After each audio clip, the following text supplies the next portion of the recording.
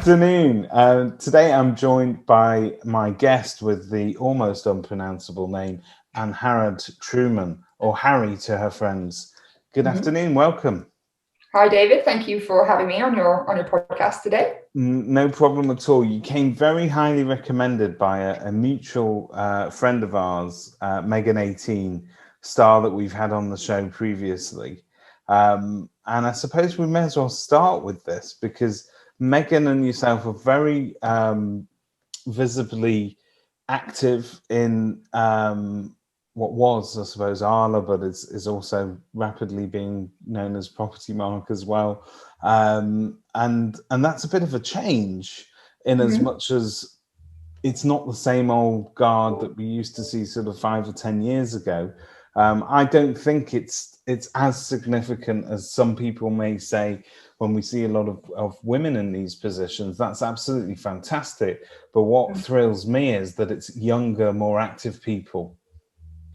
Yeah, Megan is a fantastic example of somebody who is a working practitioner in the industry and is an ARLA executive and is vocal about her passion for the industry, as am I. And I just very strongly believe that if you are a successful young woman in agency, that you should be out there being vocal, demonstrating your views, demonstrating your career path, to try and encourage other young women into the industry and try and encourage other young women to see it as a viable career path, to try and to go for those top jobs. Because if there aren't positive role models out there, then we're not going to encourage others to do the same. No, it's fantastic, and I'm sure it's sort of breathing new life into your organization as well, which I guess we can come to later.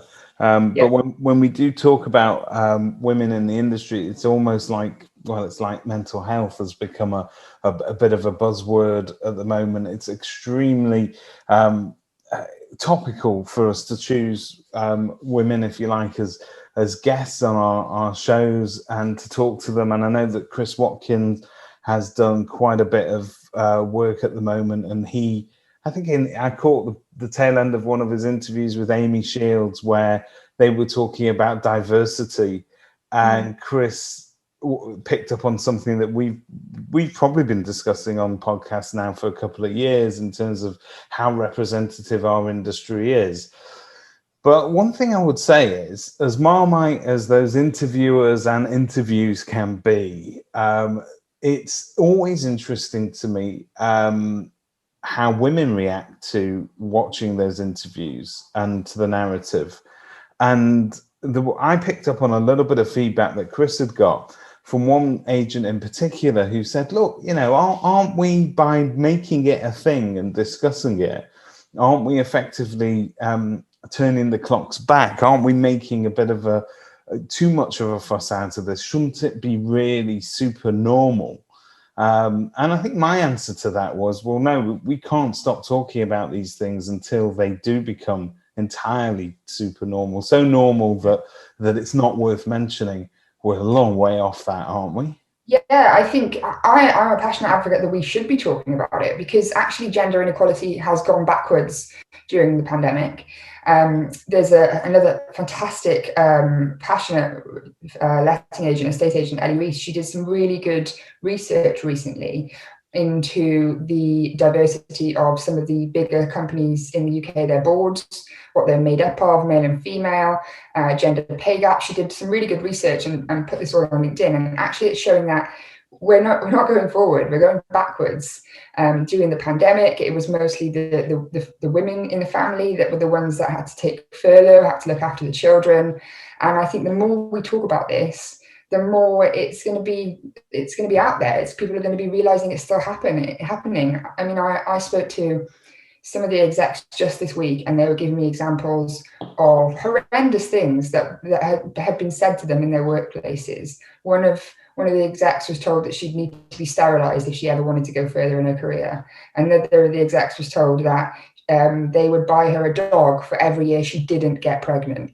These are horrendous things that are still happening all the time, and we need to be talking about them to make people realize that it is happening. Wow. 2021, people, and this is still happening. Okay, so that's our industry, but that is another of the comments is, it's not just our industry, it's life as a whole. It's the world we live in. It is. Do you think our industry is any more forwards or backwards in that respect? I think our industry is slightly backwards in comparison to the rest of the world. It's a fair comment that it is happening everywhere. There are some industries that are slightly further forwards than our own. You know, we have to battle with the traditional concept of an estate agent, of a letting agent, of being a man in a pinstripe suit. And unfortunately, that's still the case for many of the bigger firms with their boards. So I think it is worse for our industry. You do see a lot of successful women in independence, women who have had to choose to leave their corporate role in order to continue to work in the industry and set up on their own, and that's amazing. I know so many really successful independent business owners who are female, but we don't see so much of that happening in the corporate arena that we do in the independents. Do you think we're then just guilty of not we're not, well, I say we, although my mother comfortably describes me as the eldest of her 4 daughters, but are we guilty of not talking loud enough? So we've not got, so you've come forward, Megan's come forward, a handful of others are starting to talk. When I spoke to 𝗬𝗍𝗄𝗧, she very much felt that we weren't screaming about it enough, we weren't vocal enough about it, and the women in these positions kind of didn't want to draw too much attention to themselves or become figureheads for a movement, which I can understand, because it gets in the way of business sometimes, doesn't it? Yeah, I can understand why women who are operating in businesses that have a large male proportion on the board, on senior management, don't want to be that person to stand up, because they don't want to be they don't want to be seen as a troublemaker, you know, they don't want to be seen as the person in their business that keeps harping on about gender equality. And I get that, because you are battling a kind of an uphill problem here. But we need to have, I agree with Amy, we need to have more women vocalizing their treatment, vocalizing if they are successful, how did they get there, what have they experienced, so that we can start inspiring other women to do the same. So talking to me now as a parent rather than as an estate agent, or anybody that's had any experience in this industry, what do we as parents need to do with our children to stop this cycle? Because it's all very well you and I saying, right, well, we're going to kick up a fuss at this end of things, and we're going to try and raise awareness. We're going to try and use affirmative action to promote people into places of visibility, and really make a concerted effort to really get the balance of our boards right and our companies right, and to give women every option, and women and anybody really that's ever been discriminated against. Let's include them as well. But what do we do as parents in raising our kids to, because that's really where it all starts, doesn't it? Yeah. It's attitudes at home. I think it's about talking to our children about some of these unconscious biases that we all have. Even as women, we hold these kind of biases about ourselves. And I think it's about talking to our children about them and explaining that maybe it's not right to do that. Megan 18, she sent a great message yesterday, where she held a door open for a man, and he said to her, "What are you doing? You're not supposed to hold the door open." And she said, "It's 2021. I can hold the door open if I want." Yeah. And it's just those sorts of things, you know, not teaching our sons to be that they have to be the breadwinner, that they have to be the primary person to support their family. That it can be mum and dad who are equally going for their careers. I'm really, really lucky to have a fantastically supportive husband who understands how important my career is to me, and understand that we have to share in the childcare. We both have to look after my son Teddy equally, and teach him that this is a joint partnership. No one of us is looking after him more than the other one. No one of them's, you know, Sam, my husband's career is no more important to him than mine is to me. We both are passionate about our careers, and I think that's what we need to do. And although this isn't the answer that either of us want to hear, my theory is that this is a time game, and it's the long game, that the dinosaurs that may be in charge of large corporate entities in our industry and others have been on those boards for donkey's years, and they are naturally just going to have to sort of retire and go, and that younger generation hopefully is full of enlightened parents who have had to raise their children in a new world where different values are applicable. I mean, if you think about it, it's not just in terms of gender equality, but if we were talking about racial equality or people with different needs, we're much more open to that now, and we have to, and it's not just about political correctness, because there was that kind of weird period in the early 2000s where everything was just a ridiculous version of political correctness. We were falling over each other, not to offend each other, but we weren't necessarily having the conversations that need to go along with that. And I feel that we're talking about it more now, so hopefully there's more of a chance of that changing. Yeah, I mean, I think one of the things that baffles me is that there has been studies done to show that companies with a more diverse makeup, like you said, not just gender equality, racial equality as well, all the kind of minority groups, companies that have a more diverse makeup of staff and boards actually outperform their competitors, hugely outperform their competitors, because they have a mixture of beliefs, of values. If you have a board made up of the same person, the same copy of one person 8 times, then you're not going to have the same kind of ideas and values, and you're not going to have the same kind of empathy for different situations that you would if you had a more diverse board. So it baffles me, because these companies, it's in their interest to do this. They will be more successful, they will make more money if you have more diversity. But Harry, I think you're missing the point. What's going to happen to all those tailors that make the pinstripe suits? They're going to be out of work. They are. I mean, well, they could start making them for women instead. We'll try that. I am immensely full of hope at the moment. In general, I think the pandemic's done that for me. But I think also in terms of when I look at our industry, the very fact that these conversations are at all relevant, the fact that we're able to have them, the fact that we've worked out that we should not only have them, but put them on camera and let other people know about them, to me is a sort of time when change can happen, because, you know, there's a platform, people are all into self-development at the moment. You only need to flick through LinkedIn at sort of stupid o'clock in the morning, and people are falling over each other to out-mindset each other in terms of how early they got up, whether they were doing their 5 a.m. 25K jog, and what their personal guru has to say about life that day. But this is, I mean, obviously, as laughable as all of that is, and we know it's not really representative of life, but what it is representative of is that there is a collective kind of movement at the moment to try and better ourselves in terms of the way that we think and behave, which so I'm full of hope on that. Talking about full of hope, I understand that you are one of the hopefuls for the current elections that are going on. When are they due to be held? So they're open now. They opened yesterday, voting did, and they close at 10 a.m. on the 29th of June. So 2 weeks to vote, which is an exceptionally long voting period, I feel, but there we go. It is an exceptionally long voting period. So just on that, is that a normal practice? Is that a new practice? Yeah, it's normally open for 2 weeks.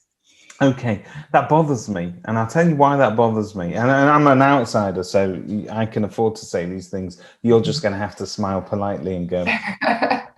But basically, why that bothers me is it allows time for people to do tremendous deals during a 2-week voting period. So you know where on normal sort of voting days for, let's say, any other kind of position, local councillors or whatever, you'll see the activists are all out on the eve of the election, and they're there knocking on doors. Can we rely on your vote today and all that? 2 weeks is a long period of time for people to do much more than just knock on doors. It's a constant, you could literally hound me for 2 weeks until I sort of said, okay, have my vote, leave me alone. So that's interesting. It's a really long. It is interesting. I feel like maybe they're trying to give as much chance as possible for members to vote.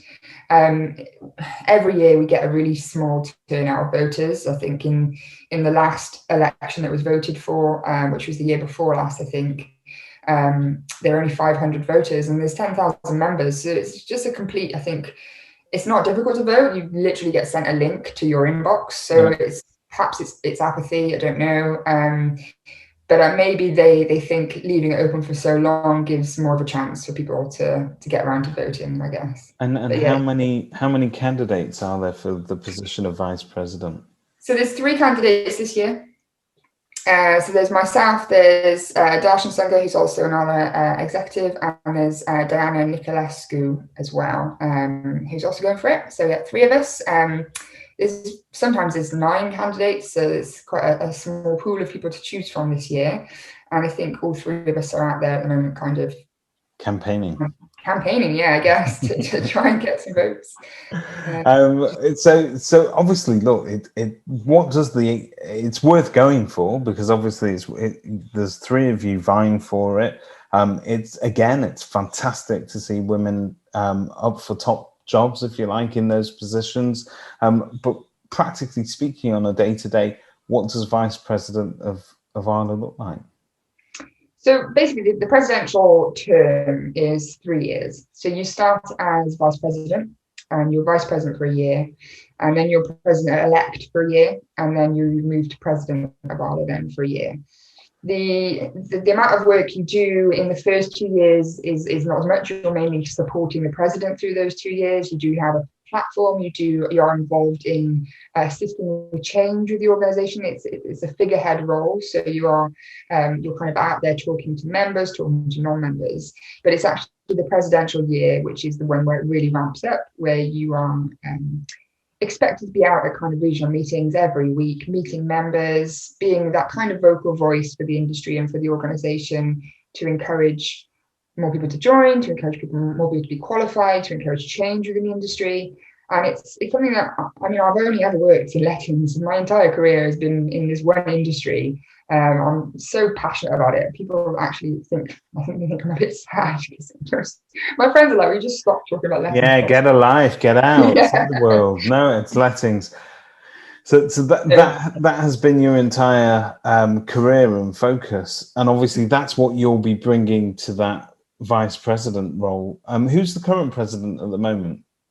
So the current president, so Angela Davies was the president for last year. She stepped down now in June, and it moves to Maxine. So Maxine will be president for a year, and then David 𝗵𝗲𝗁, who is the vice president at the moment. So a really strong presidential team, and I'd love to be able to join that. I mean, 𝗵𝗲𝗁 was the youngest ever VP at 36. He was voted as VP. Yep. I'm 32, so if I were successful, I would again be the youngest ever VP. And definitely, come on, everyone, let's try and smash some. We're smashing ceilings. Let's smash some records as well.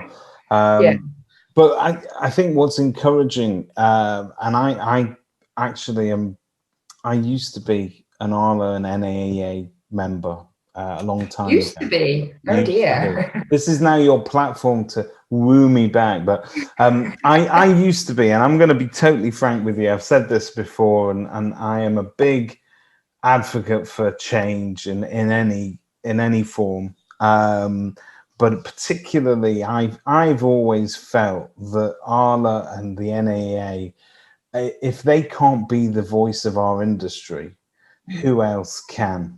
And if they're worth having in any format whatsoever, it must be because they're going to forge closer ties with Westminster. And I watched an interview with one of your opposite numbers in this vice presidential race that he did with Chris Watkin just a couple of days ago, and I watched that, and one of the questions was, well, why do you think you're the man, the person for the job?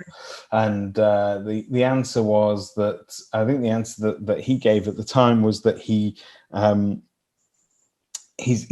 very politically aware and has good links with politics. Now, that wasn't substantiated, so I don't know whether he's got, you know, Boris Johnson in his phone book, whether he can just call the housing minister at 2 o'clock in the morning. I have no idea whether or not that's true. It's just something that somebody says. But certainly that sentiment, if you like, of an organization working hand in hand with government works for me. And one of the things that I didn't like about the previous incarnations of, say, Property Mark and ARLA was the fact that it almost seems like we were reacting to everything government did rather than leading that conversation and turning around to government and saying, hey, look, this is broken. This is how we think it should be fixed, and we need your support to do that. And Nathan coming along sort of changed everything for me, because I understand Nathan's background. I get his attitude towards these things. I felt so bad for poor David Cox, because I watched, as all of us did, he was being interviewed by Rightmove and Miles Shipside that fateful morning in May 2020, when the government were sort of due to issue some guidance to the industry on how we could start to operate during the coronavirus period. And David was in the process of saying, yes, we work very closely with government and we're part of that conversation. And Miles did this sort of thing like, just 1 second, David, I'm getting breaking news is in. And somebody walked in with a piece of paper, and they literally, it was the announcement from government, and they put that in front of David, and David had to read these changes pretty much for the first time. And I felt bad for him, because I thought, oh my, you know, it was almost like a televised version of how we're not as joined up as we think we are. So David's response to that, because it came through the back channels to me, that David's response was, look, we are so politically involved that very often it means that we can't go public about the things that we do and the conversations that we have. My view of it is, like all politics, if we can't talk about it openly, it may as well not happen sometimes. So I am enthused when I see you guys gearing up for these top positions, and I would love you to be the ones that are standing up for our industry and defending us. I think it's a great story. It's just told. And thank you for giving me your views on that. I think it highlights a common misconception of our members and of the wider industry. And one of the problems with that misconception, I get members telling me all the time, I don't think ARLA has our back. I don't think they're doing enough lobbying. I don't think they're talking to government. But actually, I know, because I sit on the board and I sit as an ARLA exec, how much lobbying we do. We get 2 weekly updates with these huge lists of things that ARLA is doing on our behalf within government. Mark Haywood kind of stalks the halls of Westminster, whispering in politicians' ears. And the problem is, the misconception happens because we don't talk about it to members. We don't tell members actually what lobbying we're doing, what conversations we're having with government. And therefore, members go away thinking nothing's happening. It's kind of the age-old problem of a property manager doing all the work behind the scenes, not telling the landlord, and the landlord is thinking that they're not doing anything. And that's one of the things I've talked about in my kind of voting video, is we need to bring greater clarity to members, to show members that the work that we are doing within government, to show members that we do have their back and the positive changes we've brought in for agents. In the last year, we've done huge with regards to helping agents with the business rates relief, with making sure that commission payments were included in furlough. That was ARLA that pushed for that. There's also, even if you go back further, the tenant fee ban. The government wanted to make deposits a week cap, and it was ARLA that said, this is ridiculous. You can't accept deposits a week. It has to be higher. It has to be 6 weeks. So, but there's nobody there saying that to members. There's nobody there going out and actually vocalizing, this is what we're doing for you. This is how passionate we are about making sure agents and their landlords are looked after by government. So, and can I tell you something else? It's not just your members, because as much as you represent your fully paid up voting members, you're also representing the rest of the industry, whether you like it or not. And so therefore, everything that you do, and I think this is a message to everybody who's not currently a Property Mark or ARLA member, and perhaps should be, because if you want to be part of the discussion, you've got to get in the room with these guys. That's number one. But number two, who else is standing up for you on a day-to-day basis? Who else is liaising with government? Who else is looking out for the best interests of our industry? Who's likely to be leading most of the conversations on things like ROPA and reorganizing our lives after that comes in? So, you know, I think that the wider industry, all those agents that fly under your radar, if you like, because they're just not members, you're out there fighting for them as well. So they may as well get behind you and at least have a bit of an active role in it. And I think that's my membership recruitment drive for ARLA done. Thank you. Just send me a check. Yeah, I'll just send you a check afterwards. It's great. So this fight, we're going to just concentrate on Vice President Trueman. I'm very much hoping to be able to call you Vice President-elect, as I like to refer to you. Interesting fact, did you know that the Harry Truman, the original Harry Truman, was actually VP to FDR? Well, there you go. There's a big shoes to fill. There's a big shoes to fill. So this election, obviously, that's going to consume the next sort of two weeks of life. Is it getting the coverage in the press that you think it should do, or is it just yet another, you know, organizational election and it's not really being picked up on? Well, I mean, I know that the organization obviously is putting a lot out there. I know that the candidates are putting a lot out there, and we've spoken to our kind of industry contacts to put things out there as well. Obviously, we've already talked about Chris Watkins doing an interview with another of the candidates, and I've got a couple of people lined up to speak to as well. I think, in answer to whether it's in the industry press, I haven't really seen it in the industry press much, but we all know the industry press is not a particular lover of our property market at the moment. We have had a bit of a bashing in the recent months. So hopefully they pick it up once there's... Well, I'm hoping that will change. You know what, I have always demanded better from our industry press, because I think sometimes it's lazy journalism. And if I want to wake up every morning and open that email and just read a bunch of glorified adverts for people with vested interests, fantastic. But if you want to bring me news and you want to bring me the things that are actually happening, you're going to have to do a little bit of journalism, which means it's not necessarily going to fall at your door. You're going to have to get up, and whether or not people love Watkin or not, and his style and what he does, it's probably as close to journalism as we've seen in our industry for a long time. So, but I think we've got a long way to go with the other news outlets. So I hope they are sitting up and paying attention, because I think it's certainly worth covering the fact that you have got women that are in the running for top positions, but also the fact that you have got a young and vibrant leadership, and that the boards of these organizations have got their act together and also worked out what it is that the public need and want to hear. To me, that's the biggest story ever, and this should it should be front page news for everyone. So that's the bit we're going to be clipping and running all week this week. But it is big news, and I think it should be covered. Take me back all the way to the beginning. How did you become an estate agent? It's not every little girl's dream. No, it's not. What was your dream when you were 10? Oh, what was my dream when I was 10? But I can share mine with you if you want. I was convinced I was going to be a doctor, not just because it's what every Jewish mother wants for her son, but yeah, I thought I was going to be Dr. Mintz. Never came anywhere near it. I've been to a hospital a couple of times, but that's it.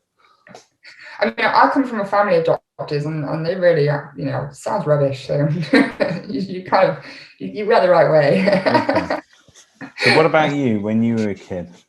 So I say, you know, everyone falls into a job in estate agency and lettings, but actually when I was 10, I wanted to be an architect. So I've always had a bit of an interest in property, I guess. Yeah. I always use an example of when I was 10, The Sims was a really big thing on the desktop. Yeah. And I hated playing Sims, but all I wanted to do was just build the houses. So I'd just get the cheat codes and get loads of money and build loads of houses, and then just be like, oh, now I've got to play. Like, I'm not really interested in actually playing. So I'd say architect. I'd say I was interested in property, but actually my drop into this role was a complete accident. I'd been traveling. I did a degree, then I went traveling, and I came back, and I'd only done waitressing before, and I was desperate to not do waitressing. And my friend got me a job in a service apartment and letting agent in Cardiff. So that's where I started, very, very small, independent. And from there, I went to work for what is now the biggest corporate agent in the country. So did my time in corporate, as I feel like many of us do. And that's where And do you feel there's a distinct difference between corporate and, say, independent in the way that in their ethos or the way they look after people? 100%. They're worlds apart, corporate to independent. But I feel like people have bad stories to tell about working for corporate agents, and you know, I worked for corporate for 4.5 years, and it wasn't the best 4.5 years of my life, but I would never take it back, because the things I learned in corporate have set me up for the rest of my career. I worked in a department that, from that one department, managed about 6,000 properties. So the stuff you learn in that is, you know, is gold. You can take that and run with that for the rest of your career. So I'd never take that back. But yeah, I agree that it's you're pushed very hard. It's driven. You're expected to stay late. My boss knew that the lights in the office automatically switched off at 11:30 p.m. She knew that because she'd been there one night still working, and it's, you know, that was just what was expected of you. But I just think it set me up for my career, really. So I wouldn't take it away. Fantastic. And so today, fast forward to today, your day-to-day role, what does that look like? Give me a day in the life of Harry Trueman. Day in the life of Harry Trueman. So I'm managing director of a company called CGT Lettings and CGT Sales. We are a 5-branch lettings and estate agency network in Gloucestershire. We would like to say we're the biggest independent in Gloucestershire. We've got 45 staff spread out across 5 branches in the county. So my day is taking up I do have a HR coordinator, but there's quite a bit of management, I guess, I have to deal with. There's a lot of figure work, there's a lot of strategizing. I'm working really hard to get out of the business and looking, you know, not looking inwards, looking outwards, so that I can be that figurehead, I can be that person pushing the business forward. I'm not always just looking at figures and looking at ways to, you know, save income, increase income, that kind of thing. So yeah, day in the life is pretty much dealt with staff and figures and being the figurehead, I guess. So that day to day though, that then, because I've done this myself, you start at sort of a hands-on level, where you're dealing with everything. I started as an office junior and then a negotiator and blah, blah, blah. The rest is history. But from somebody that's kind of worked their way up, there is that watershed moment where you wake up and you realize, I'm no longer doing the estate agenting side of things. I am now a business manager. And that's not for everybody, is it? No, it's not. I think I actually said to so I've been MD now for 3 years, and the outgoing MD, when I returned to CGT, who I'm still, you know, on really good terms with, I said to him on his last day, I said, you didn't really like being an MD, did you? And he was like, not really. I said, you just want to do deals. You just want to meet landlords and do deals. You're not interested in running a business and dealing with all the intricacies of staff and problem solving, and you're not interested in that. You just want to do deals. He was like, yeah, pretty much. And it's kind of the same for me. I only deal with landlords now if there's a problem, which is a shame. And even to the point that I have no idea how to like transfer a call or anything. I don't transfer calls. People put calls through to me. So then when someone says, can you send this to me? I'm like, no, I don't know how to transfer a call. But that's not because I don't want to. I just never have to do it. So. That's brilliant. That's awesome. I think that is the very, hallmark of progression in our industry. Yeah. She got so big that she didn't know how to transfer a call. The call ends with Harry. It gets to her and it doesn't go any further. You know you've made it when you don't know how to transfer a call. I think that should be the new benchmark for success. That's superb. So yeah, look, that's a very different side of the business. Let me ask you two things. I took a look at your business. It's lettings really that is the focus. Mm-hmm. How does a business get to that size? Because it's 5 branches, tremendous, a great amount of area that you cover. I would imagine thousands of homes and people that you manage, loads and loads of staff. Is the temptation not there to go, well, we're kind of out there doing it anyway, why don't we just do sales as well? We do sales. Right, you do sales. We only launched, so we've been going for 33 years now, 34 years, the company. So the company's actually older than me. And we have always been a solely letting agent until 2 years ago, when I convinced the company owners, because it's owned by private owners, to open a sales division. Initially, it was set up just to sell our investment stock, because what we were seeing is landlords were offloading investment stock, saying to us, do you sell? And we were like, no. Keep it in the ecosystem, makes sense. Yeah, exactly. Yeah, we were just waving off, £3,000 commission out the door as they went to a different estate agent. So we were like, oh, well, let's just keep this in-house. We'll do sales. So we set it up in 2019, and we're now operating cross-market now. We're not just selling stock, we're selling outside of GP as well now. And it was still a baby in comparison to the bigger lettings company. But it's starting to hold its own now, and I'm really pleased with my sales team. But actually, it's interesting because I've been calling agents yesterday in my patch to ask for support. And every single agent I called, it's press 1 for sales, press 2 for lettings. Yeah. And we're opposite. It's press 1 for lettings, press 2 for sales. That's what this episode should be called: press 1 for lettings and 2 for sales. Yeah. That's really so. Richard Durant, who is one of my colleagues here at 𝗑𝗏𝗄, a great guy. He has had some great experience at various different companies, and more latterly sort of LSLI and places like that. And lettings was very much his sort of focus. Richard is in the process of, I've just finished some work editing his ebook. He's got a lettings ebook coming out, and it's all about all the income that sometimes we let slip out the door and it goes elsewhere.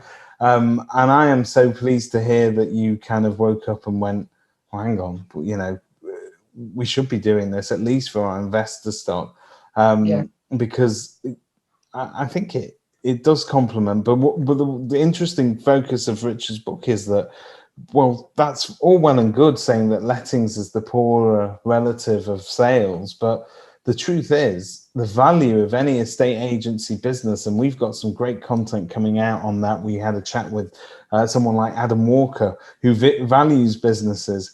He'll tell you that, the managed portfolio is where the money's at. It's your sales is vanity. Yeah, 100%. I know a few estate agents that are just estate agents, and I don't know how they plan, how they forecast income, because it's so up and down when you've got a pipeline. You don't know for definite it's going to complete that month. It may fall into the next month. Whereas I'm used to having a lettings business that I know what my managed fee income is going to be every month on average. I'm going to get extras for here and there depending on how many movings, but generally it's stable. And we buy businesses, we acquire businesses within CGT, and when they kind of say to me, well, we've got a few sales you can be part of. I'm like, well, yeah, great, thanks, but I'm not valuing it based on those. I value it on your lettings book, and that's it really. I'm not interested in the extras. It's interesting. There is also rumours that when estate agents are valuing other estate agents to buy, whether they're sizing them up, working out whether or not they're worth making a bid for, the let only income is almost completely disregarded because it's now seen as being a legal liability as opposed to an asset. What's your view on that? So yeah, I've had business owners say to me, you should value it based on this managed stock, and we on average we do this many let-onlys a month. And I said, don't really care about your let-onlys. I mean, great, if you want to give us, I'll give you a bit of money just for you to send me the details, and we can at least get in contact with them and try and encourage them to come back and use this in the future. But actually, there's no loyalty there. They can go wherever they want, so I'm not paying you for those. And you're right, it is a liability. We have our fine tenant landlords now sign a disclaimer to say that they're taking on board all of this liability themselves. We try and offload that as much as possible, but really you can't, even with a disclaimer. No, you can't. There's been a few instances of agents sort of being the ones that are fined, and it's where the industry is at the moment, and unfortunately there are some people out there that are looking to make examples of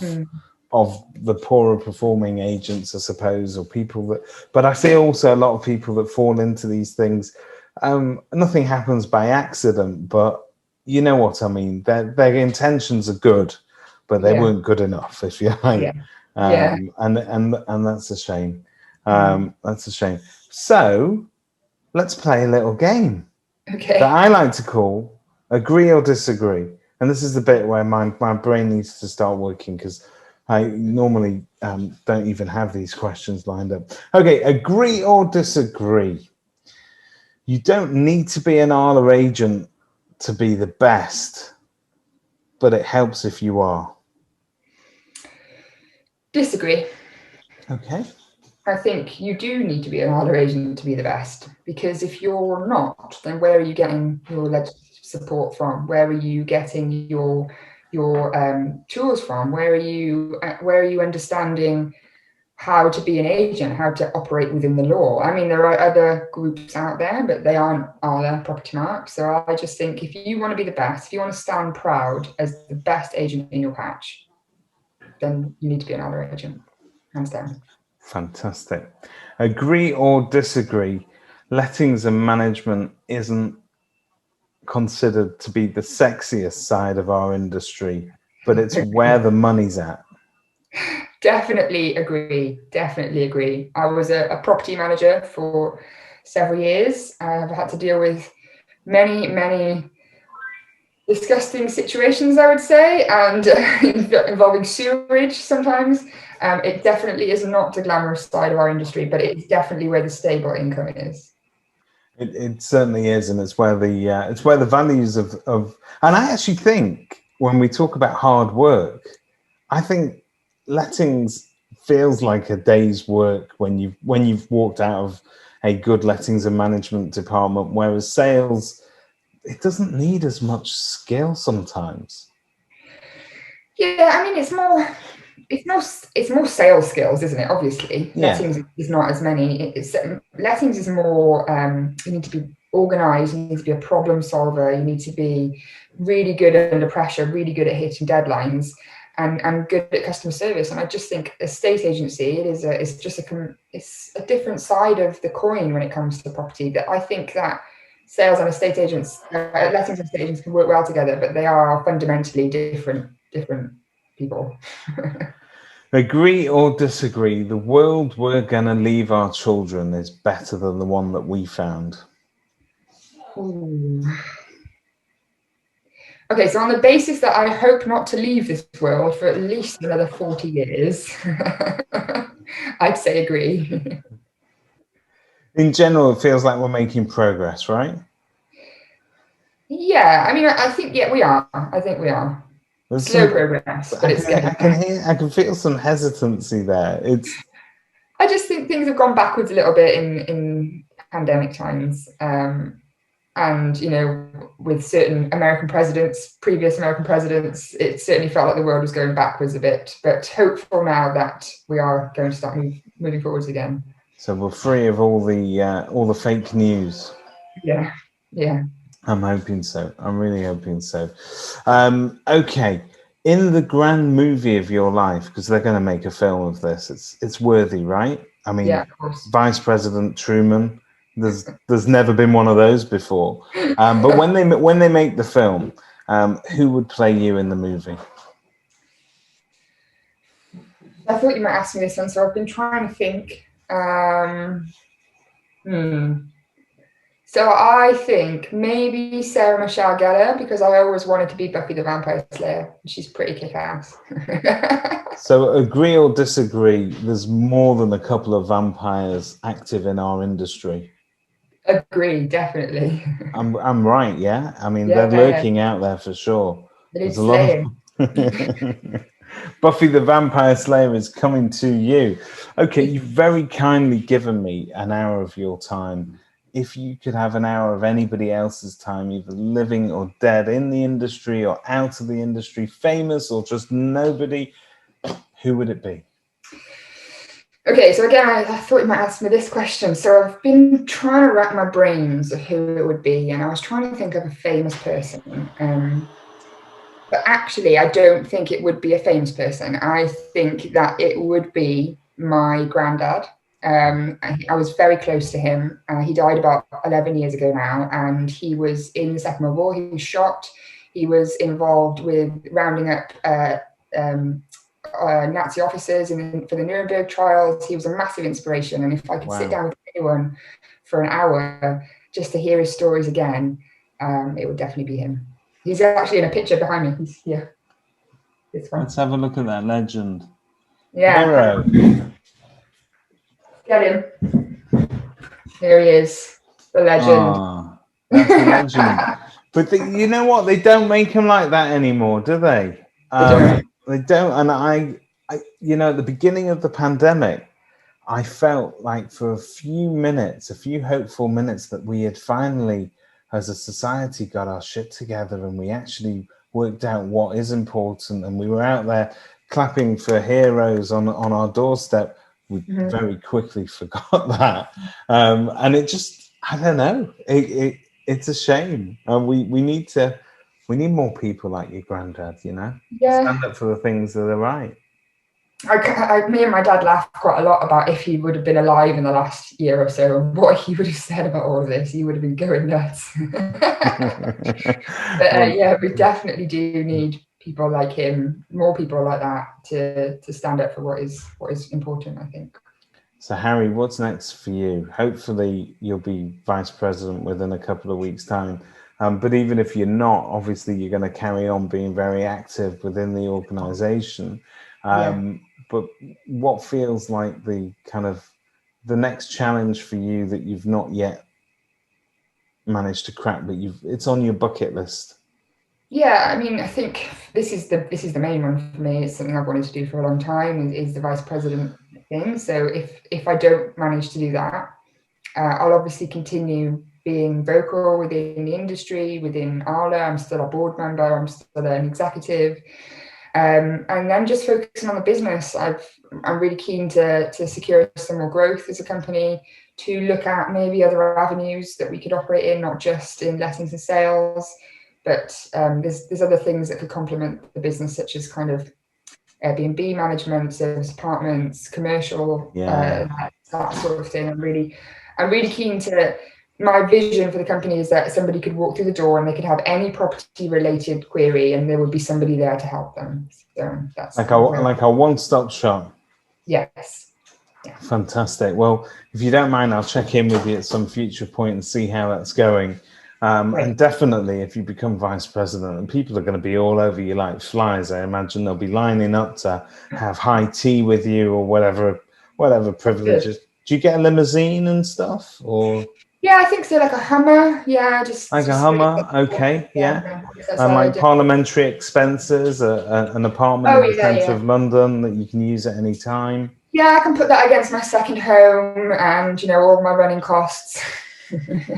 Talking of second homes, if you had ultimate power, you might not want to answer this, but I might end up cutting it out later. But if you had power, would you scrap the stamp duty? I'm presuming you'll say yes to this, but would you get rid of the second home levy that the government introduced? Yeah, of course it would. Yeah, I mean, it would encourage more people to invest, wouldn't it? Which would be, isn't it? It's always struck me as the oddest thing that we waited for the, like, you'd think a right-wing conservative government would have brought in more helpful change for landlords and investors than any other kind of government, and yet it's almost reversed everything that was done by the Blair government. yeah, it is. And Yeah. It it's feels like bizarre. landlords are under attack, and you're right. You would think that a conservative right-wing government would be on the side of landlords. You know, I talk to my local MP regularly, bother him, senseless, and he is a landlord.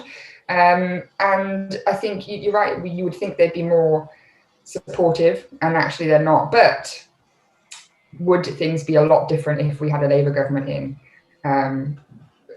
I think it would be even more harsh on landlords then. So I just think the agenda all round is. So that is, you know what, that was the answer that I came up with. That the reason why we have a conservative government that can effectively pillage the lettings industry for as much additional income as they want is because they've got such, well, they had at least, and Mr. Captain Hindsight hasn't yet stepped forward to prove me otherwise, but at least under Corbyn, they had a very left-wing leaning government.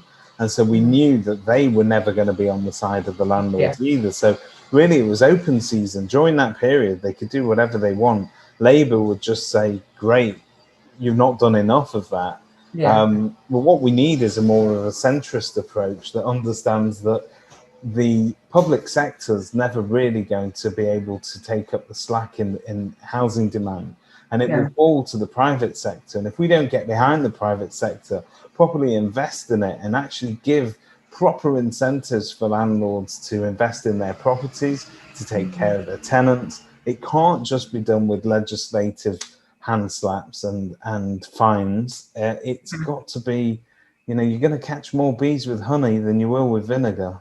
Yeah, I think you're right there. And I think landlords feel under attack at the moment. They feel like they are disliked by the government, and all that's happening is landlords are selling. It's especially, we're finding landlords with what we used to call kind of hobby landlords. They might have one or two properties. It's just not as financially beneficial for them anymore to be a landlord, and they're like, I'll just sell. And yes, we are seeing portfolio investors still buying, but they're more of a business model than the average kind of one or two property landlord.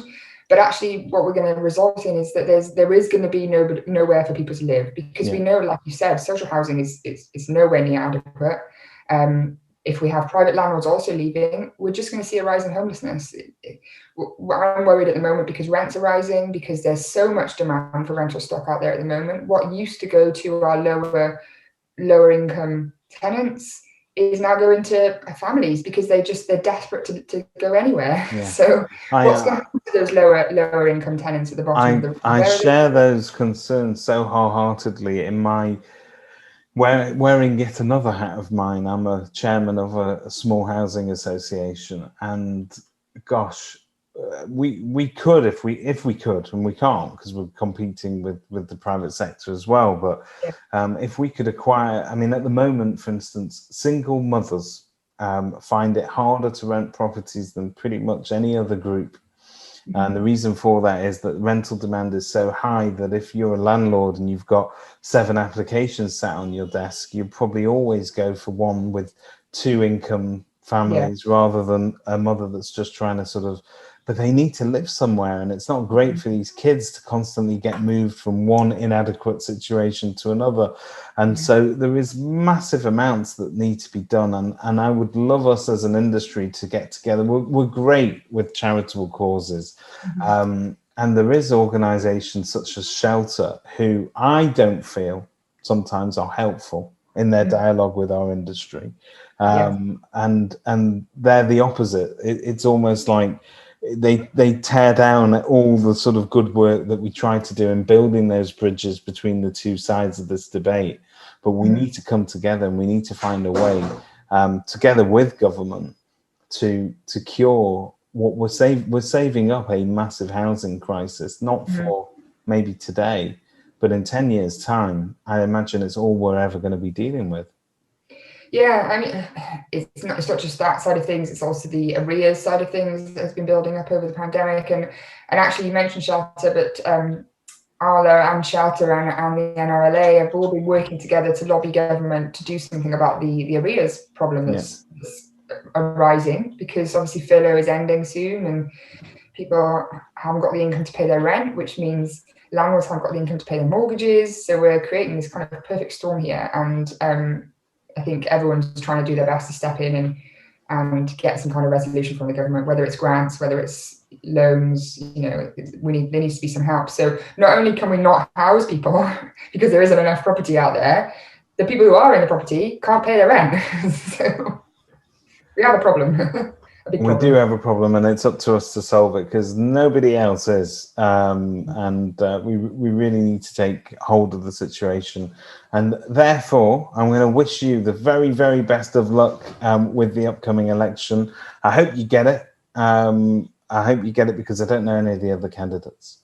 But also, I hope you get it because I like what you say, and I understand that your views on things are largely representative of where I think our industry is going to be tomorrow, and so we need more people on board with that. So you've got my vote, President Trueman, or Vice President Trueman.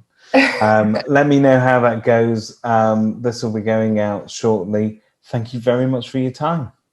Thank you very much for taking the time to interview me, David. I've really enjoyed this interview. Thank you. Your pleasure.